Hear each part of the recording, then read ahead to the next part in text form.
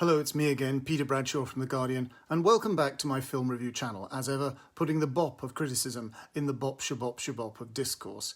And I want to drop the tiniest reminder that you might want to subscribe to this channel and leave a comment.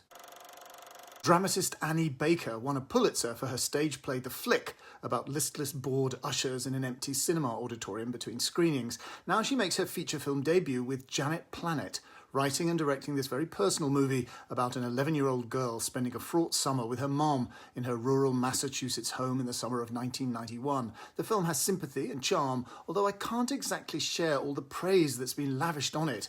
It unfolds in an indulgent, dreamy summer haze, halfway between rapture and torpor, a murmuring indie stonewash of good taste. On the wrong track. Wouldn't you rather be hanging out with your friends? I don't have any friends. Why? I don't know. It's a complete mystery to me. You're a beautiful person, Janet. But objectively, you do make bad decisions. Well, who knows? Well, you know. The performances are strong, but the writing for me is such that people's passions, fears and grievances are in some way veiled. Yet there is subtlety and indirectness in this. Julianne Nicholson is very good as single mom Janet, who has recently completed her training as an acupuncturist and now has a practice funkily branded Janet Planet. Her daughter Lacey, good stuff from newcomer Zoe Ziegler, hates summer camp and makes a plaintive payphone call to come home so she can moon about the house all summer long. She becomes an intimate witness to her mother's tricky boyfriends and friends who enter and exit her life in loosely chapter-headed segments. Wayne, played by Will Patton, is prone to histrionic migraines. Regina, played by Sophie Okonedo, is an actor who may or may not be fully supportive to Janet's needs. And then there's Avi, played by Elias Koteas, the theatre troupe leader / guru, a bearded blowhard who winds up coming around to try and date Janet. As for Janet herself, she has an amusing scene where she confesses to the sardonically unimpressed Lacey that she's always believed in her heart that she could make any man she wanted fall in love with her if she really chose. Lacey, perhaps like the audience, can see this for the alibi that it is.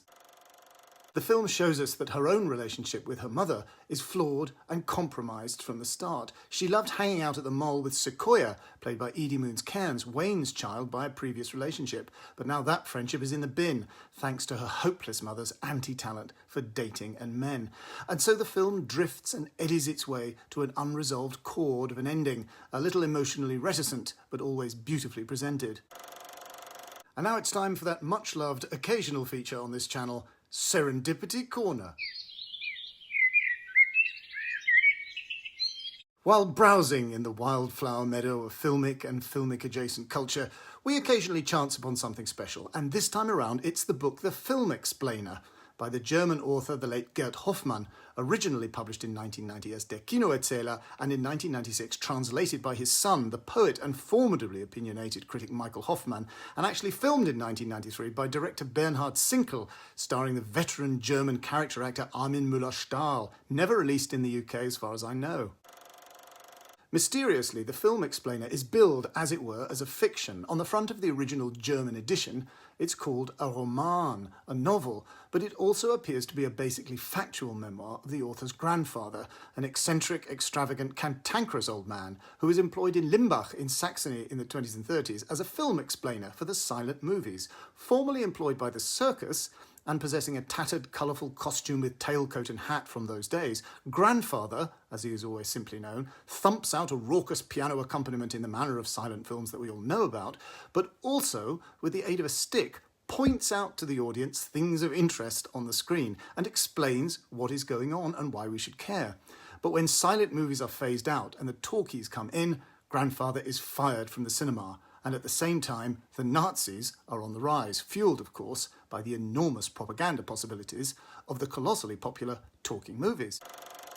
It could be that this is a memoir lightly fictionalized, as memoirs always are at some conscious or unconscious level, but perhaps Hoffmann has made serious changes to what he remembers. But this isn't clear. What also isn't clear is whether there were ever any other film explainers in Germany or Europe or anywhere at all, or if this uniquely intrusive and annoying job was only ever held by one person, Grandfather.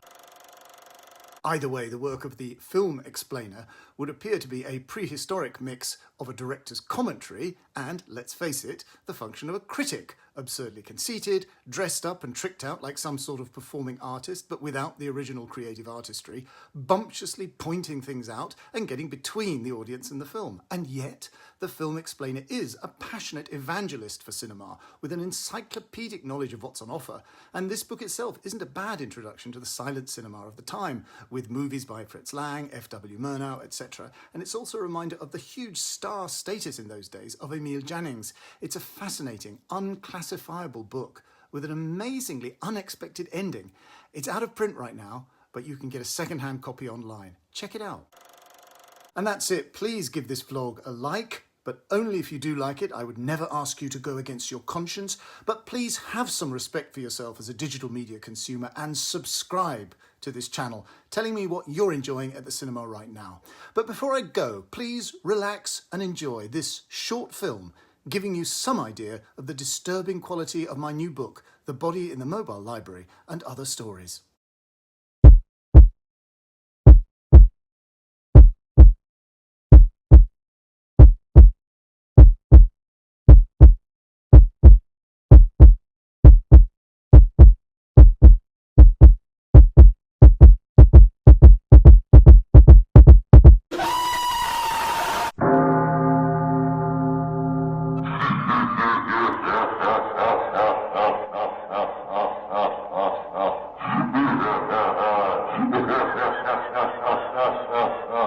Is it horror? Is it post-horror? I leave it to other critics to decide. But please, come to the reading I'm doing this Saturday, July the 20th at Greenhouse Books in Stockport. The link is given below. See you there.